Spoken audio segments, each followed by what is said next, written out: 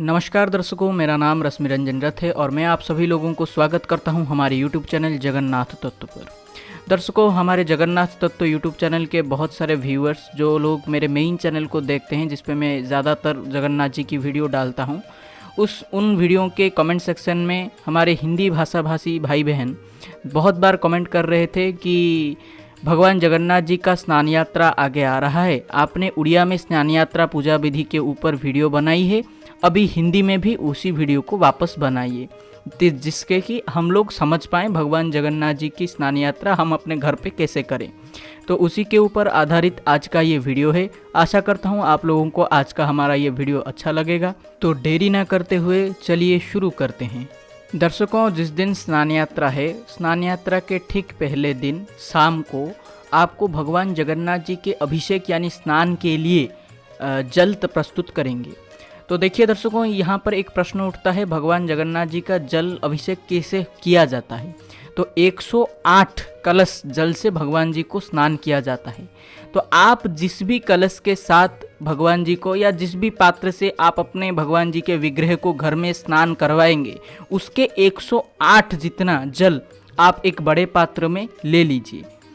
उसमें थोड़ा अगूर, चुआ तेल, चंदन, कपूर, गुलाब जल और मोगरे के फूल तथा तुलसी मिलाकर पहले दिन से ही रख दीजिए, यानी स्नान यात्रा के ठीक एक दिन पहले ही उसको बना के शाम को पूजा घर में रख दीजिए।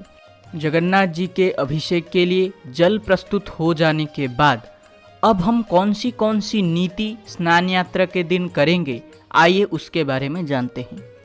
सबसे पहले दर्शकों, जिस दिन स्नान यात्रा है उस दिन जहाँ पर आप भगवान जी का स्नान करेंगे पूजा घर में, उस जगह को स्वच्छ कर दीजिए। स्वच्छ कर देने के बाद जैसे आप भगवान जी को रोज उठाते हैं नींद से, वैसे उठाइए। उनके शरीर पर पूर्व दिन से दिए गए पुष्प मौजूद होंगे, उन्हें निकाल दीजिए। पूर्व दिन से दिए गए पुष्पों को भगवान जी से निकाल लाने के बाद अब हम भगवान जी को शेनापटा लागी करेंगे। दर्शकों, शेनापटा लागी का नाम सुन के डरिएगा मत। इसमें भगवान जी को एक वस्त्र संपूर्ण रूप से उनके पूरे विग्रह को आच्छादित किया जाता है, केवल मुंह को छोड़ देने के बाद, मतलब मुंह दिखेगा जैसे उसी तरह रख के संपूर्ण उनके विग्रह को लाल कपड़े से आच्छादित आप कर दीजिए। आच्छादित मतलब पहना दीजिए उन्हें। सेनापटा लागी क्यों होता है दर्शकों? क्योंकि भगवान जी का विग्रह गर्भगृह से बाहर आता है, फिर उनके विग्रह को लेकर स्नान मंडप पे रखा जाता है, उनका अभिषेक होता है। तो इस पूरे कार्यक्रम में किसी भी प्रकार की असुविधा विग्रह को ना हो, इसीलिए सेनापटा लागी किया जाता है। जैसे कि मैंने आप लोगों को बताया, सेनापटा लागी में लाल रंग का एक वस्त्र संपूर्ण रूप से आपके विग्रह को पहना दीजिए।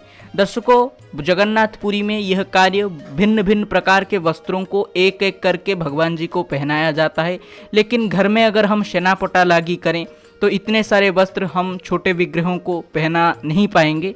इसलिए एक बड़ा वस्त्र जिस प्रकार की भगवान जी को मुंह को छोड़ के संपूर्ण शरीर उनका ढक जाए, उस प्रकार से उस एक वस्त्र से ढक दीजिए।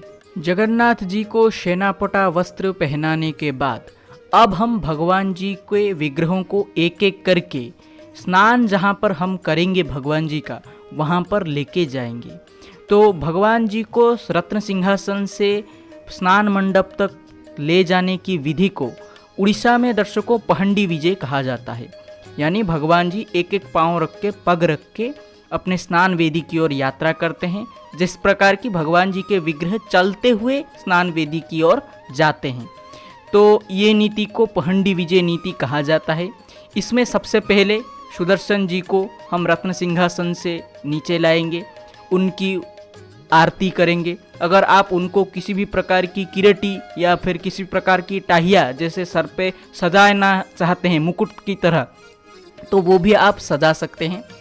पहले सुदर्शन जी को लाएंगे, उनकी आरती करेंगे, उनको पुष्पांजलि अर्पण करेंगे, फिर उनको शून्य पहंडी में, क्योंकि वे झूमते हुए नहीं जाएंगे, तो उनको हाथ में उठाकर लेकर स्नान मंडप पर आप रखेंगे। उसके बाद बलभद्र भगवान जी को लाएंगे, बड़े भाई हैं वो, तो सबसे पहले वो जाएंगे, उनको भी रत्न सिंहासन से नीचे लाकर उनकी भी आरती करेंगे, पुष्प अर्पण करेंगे, फिर उनको भी इनको लेकिन झुमाते हुए झूला झुलाते हुए लेकर जाएंगे। आप लोगों को वीडियो में मैं वीडियोस के विजुअल्स दे दूंगा, आप लोग समझ जाएंगे, क्योंकि कहकर मैं ये बात आपको समझाने में थोड़ी मुश्किलात होगी। तो बलभद्र महाप्रभु को भी उसी प्रकार से झुमाते हुए लेकर हम देव स्नान मंडप पर लाएंगे। उसके बाद हम बहन सुभद्रा जी को, जिस प्रकार सुदर्शन जी को हमने लाया था, उसी प्रकार उनकी भी सबसे पहले आरती पुष्प अर्पण करके शून्य पहंडी के रूप में उन्हें लाकर स्नान मंडप पर रखेंगे।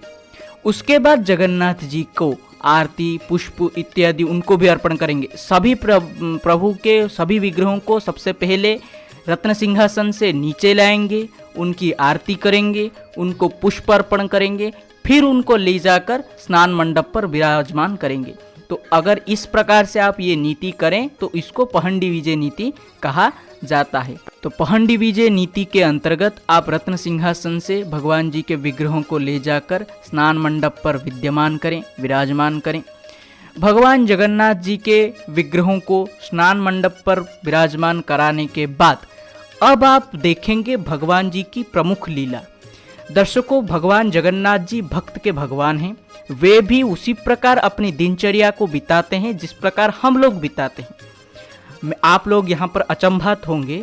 स्नान यात्रा के दिन भगवान जी को दर्शन करने के लिए ज़्यादातर भक्त इसीलिए वेट करते हैं क्योंकि जगन्नाथ जी के जो नित्य कर्म की पूजा विधि होती है वो हर दिन हम लोग नहीं देख सकते, क्योंकि वे तो गर्भगृह में रहते हैं। लेकिन स्नान यात्रा के दिन वो गर्भगृह से बाहर आकर विद्यमान रहते हैं, तो उनकी जो नित्य कर्म की विधि वो भी हम घर पर कर सकते हैं। और वो हमारे लाइव टीवी चैनल्स में अगर आप देखते हैं जगन्नाथ जी की स्नान यात्रा, तो वो भी आप वहाँ पर भी आप लोग देखेंगे जो नीतियाँ मैं आप लोगों को अभी बताने वाला हूँ। तो जगन्नाथ जी सबसे पहले तो स्नान मंडप पर विराजमान होने के बाद उनकी मंगल आरती करेंगे, क्योंकि भगवान जगन्नाथ जी की मंगल आरती नहीं हुई होगी। भगवान जी ऐसे ही गर्भगृह से आकर स्नान मंडप पर विराजमान हुए हैं, तो सबसे पहले मंगल आरती करेंगे। मंगल आरती हर भगवान जी की जाती है। वो सुबह की सबसे पहली आरती होती है जो भगवान जी को अर्पण किया जाता है। तो सबसे पहले मंगल आरती भगवान जी का करेंगे। मंगल आरती करने के बाद हम भगवान जी को अवकाश वेश प्रदान करेंगे। दर्शकों, अवकाश वेश को सुन के डरिएगा मत। ये वही वेश है जिसमें भगवान जी के मुंह साफ किया जाता है, दांतुन किया जाता है, यानी दांत साफ किया जाता है।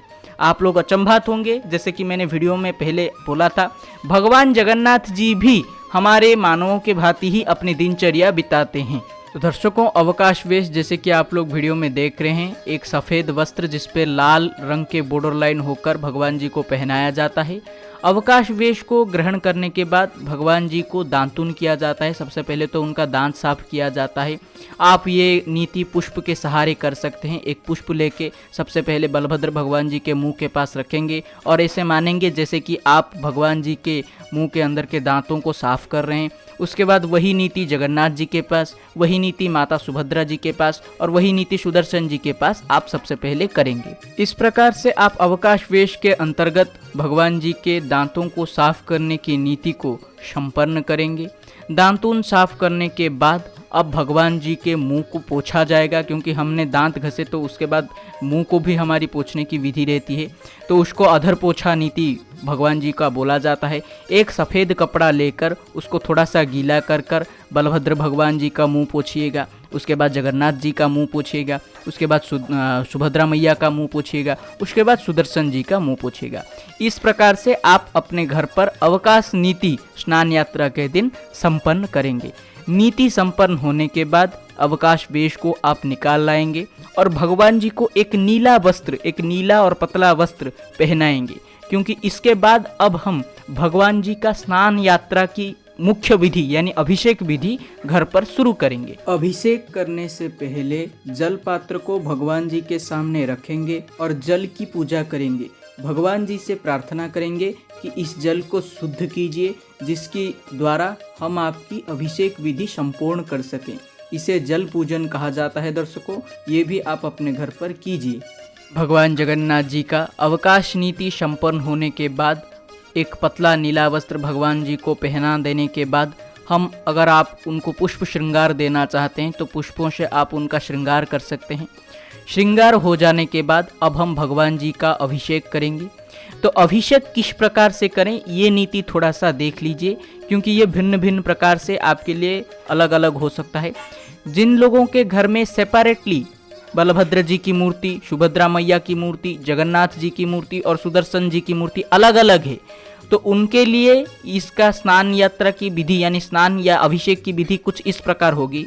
सबसे पहले तो बलभद्र जी को 33 कलश के जल से स्नान कराएंगे। आप जिस भी पात्र से स्नान कराएंगे उसके 33 बार आप बलभद्र जी को जल से अभिषेक करेंगे। बलभद्र जी को अभिषेक करने के बाद जगन्नाथ जी को 35 जल से कलश से या जिस भी पात्र से आप भगवान जी को अभिषेक करें तो 35 जैसे बार उनके ऊपर जल डालेंगे। उसके बाद देवी सुभद्रा जी के ऊपर 22 बार जल डालेंगे। उसके बाद चक्रराज सुदर्शन जी के ऊपर 18 बार जल डालेंगे। इस प्रकार से अगर आप देखें तो 33, 22, 35, 18 सबको मिलाएं तो 108 बार आप विग्रहों को जल स्नान कराएंगे। ये दर्शकों अगर आप सेपरेट मूर्ति रखते हैं या विग्रह रखते हैं अपने घर पर तो ये नीति आपके लिए प्रযোज्य है। लेकिन कई घरों में मैंने देखा है जगन्नाथ जी, सुभद्रा मैया, बलभद्र जी की मूर्ति एकत्रित होकर रहती है। तो उन विग्रहों को आप कैसे स्नान कराएं? तो उन विग्रहों के ऊपर 108 बार आप जिस भी कलश जिस भी पात्र से जल अभिषेक करना चाहते हैं अभिषेक करेंगे। इसमें देखिए दर्शकों मैं वापस आपको बता दूं, बलभद्र महाप्रभु के ऊपर 33 बार जल डालेंगे। जिस भी पात्र से आप जल डालें उसको भरकर 33 बार आप डालेंगे। पहली बार डाला, उसके बाद वापस पात्र को संपन्न किया, जल संपन्न किया, वापस डालेंगे। उस प्रकार से बलभद्र जी को 33 बार, माँ सुभद्रा जी को 22 बार, श्री जगन्नाथ जी को 35 बार और चक्रराज सुदर्शन जी को 18 बार जल से स्नान करेंगे। और जिन लोगों के घर में फोटो या मूर्ति एकत्रित रूप में है, जगन्नाथ जी की फोटो विग्रह वो एक जगह पर स्टिक आउट है, बलभद्र जी भी उसमें है, सुभद्रा मैया भी उसमें है, जगन्नाथ जी भी उसमें है, तो उनके लिए ये नीति अंतर्गत नहीं आती। आप 108 बार जल जिस भी पात्र से अभिषेक करना चाहते हैं उस पात्र से 108 बार आप भगवान जी के ऊपर जल डालें, तो ये भी 108 अभिषेक के समान ही होता है। तो इस प्रकार से दर्शकों जल अभिषेक करें। ये थोड़ा मैं जानता हूँ थोड़ा कंफ्यूजिंग है, आप वीडियो को बार बार थोड़ा सा देखें तो आपको समझ में आ जाएगा। ये पार्ट खास करके स्नान पार्ट को तो आप जान जाएंगे कि मैं बोलना क्या चाहता हूँ। वैसे तो विजुअल्स में मैंने आप लोगों को दिया है, लेकिन फिर भी अगर आपको कन्फ्यूज़न हो तो वीडियो को देखें ठीक से, आपको समझ में आ जाएगा। तो इस प्रकार से आप स्नान विधि या अभिषेक विधि स्नान यात्रा का संपन्न करेंगे। स्नान यात्रा का अभिषेक विधि संपन्न होने के बाद हम वापस भगवान जी का श्रृंगार करेंगे। भगवान जी का श्रृंगार होने के बाद भगवान जी की आरती वापस होगी, पुष्प उन्हें वापस प्रदान किए जाएंगे।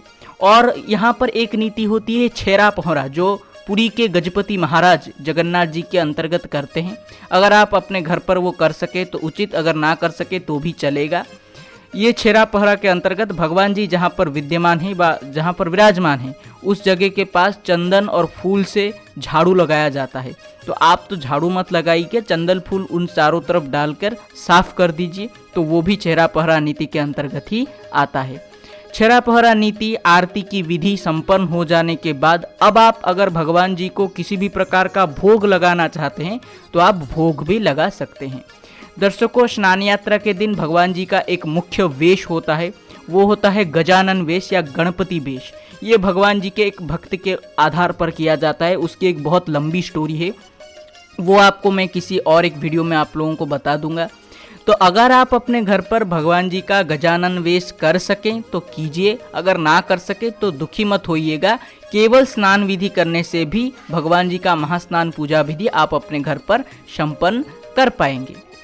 तो स्नान विधि संपन्न हो जाने के बाद, आरती हो जाने के बाद भगवान जी को भोग लगा दीजिए। भोग लगा देने के बाद आप भगवान जी से जो कुछ मांगना चाहते हैं भगवान जी से मांगिएगा।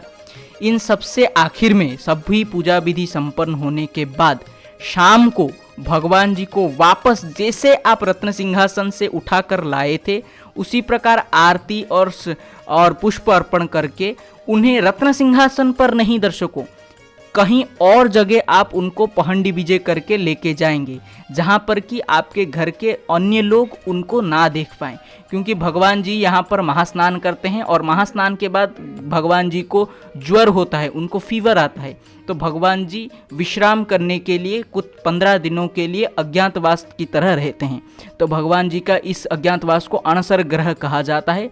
तो 15 दिन के लिए जैसे जगन्नाथ जी को कोई आपके घर में ना देख पाए, केवल आपके अलावा, उसी जगह पर ले जाके भगवान जी को रख दीजिए और भगवान जी को एक वस्त्र से ओढ़ दीजिए, यानी ढक दीजिए, जिससे वो विश्राम कर सकें। तो आप जगन्नाथ जी के इस प्रकार से स्नान विधि कर सकते हैं। आखिर में अगर हम आपको बताएं तो देखिए दर्शकों, भगवान जगन्नाथ जी भक्त के भगवान हैं। बहुत लोग मुझे बार बार बोल रहे थे कि जगन्नाथ जी के ऊपर वीडियो लाइए, स्नान यात्रा के ऊपर वीडियो लाइए। तो जितना हो सकता था सिंपल और सिंपल इजी रूप में मैंने आपको जगन्नाथ जी की पूजा विधि समझाई है, बोलकर तो रिकॉर्डिंग में भी बताई है और स्क्रीन पर तो आपने देखा ही। तो इस प्रकार से भावपूर्ण भक्तिपूर्ण भाव से भगवान जी की पूजा विधि कीजिए, जगन्नाथ जी आपकी मनोकामना जरूर सुनेंगे। सबसे आखिर में दर्शकों, भक्ति से कीजिएगा भगवान जी की पूजा विधि, तो वो आपकी भक्ति को ही देखकर आपको फल देते हैं। तो अगर आप भक्ति से करते हैं तो अगर कोई विधि छूट भी जाती है तो भी वो क्षमा योग्य जगन्नाथ जी के पास हो जाएगी। सभी विधियों को अपने घर पर भावपूर्ण भक्तिपूर्ण भाव से कीजिए। भगवान जगन्नाथ जी आपकी मनोकामनाओं को पूर्ण करें। आप लोगों से वापस किसी और वीडियो में मेरी मुलाकात होगी। अगर आपको आज की ये वीडियो अच्छी लगी है तो हमारे वीडियो को लाइक कीजिए, शेयर कीजिए। हमारे हिंदी चैनल में नए आए हैं तो हमारे हिंदी चैनल को सब्सक्राइब करके बेल आइकन दबा दीजिए, जिससे आपको सबसे पहले हमारे वीडियोस की नोटिफिकेशन मिलेंगी। अगर आप लोगों को दर्शकों किसी भी प्रकार की विधि में कोई समझ नहीं आता तो आप कमेंट कीजिए, मैं आपके कमेंट्स का रिप्लाई ज़रूर दूंगा। तो आज के इस वीडियो के लिए रहता हूँ, फिर आपको किसी और एक पूजा विधि के वीडियो में वापस मिलूंगा। तब तक के लिए आज्ञा दीजिए, रहता हूँ। नमस्कार, जय जगन्नाथ।